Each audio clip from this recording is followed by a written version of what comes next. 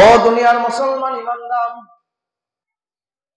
আল্লাহ রাব্বুল আলামিন বলেন ফাইন তাওয়াল্লাউ, আল্লাহ তাআলা বলেন ওয়া উলিল আমরি মিনকুম ফাইন তানাযাতুম ফি শাইইন, যখন তোমাদের কোনো বিষয় নিয়ে কটাক্ষ চলে আসে, কোনো বিষয় নিয়ে বিবাদ চলে আসে, কোনো বিষয় নিয়ে বিভ্রান্ত চলে আসে, আল্লাহ তাআলা বলেন ফারুদ্দুহু ইলাল্লাহি ওয়ার রাসূল, আল্লাহ এবং আল্লাহর রাসূল কি বলেছেন ওইটার দিকে অনুসরণ করো, আল্লাহ রসুলের দিকে ফিরে তাকাও, আল্লাহ রসুল কি বলেছেন সেই দিকে তাকাও, রসুলকে অনুসরণ করো।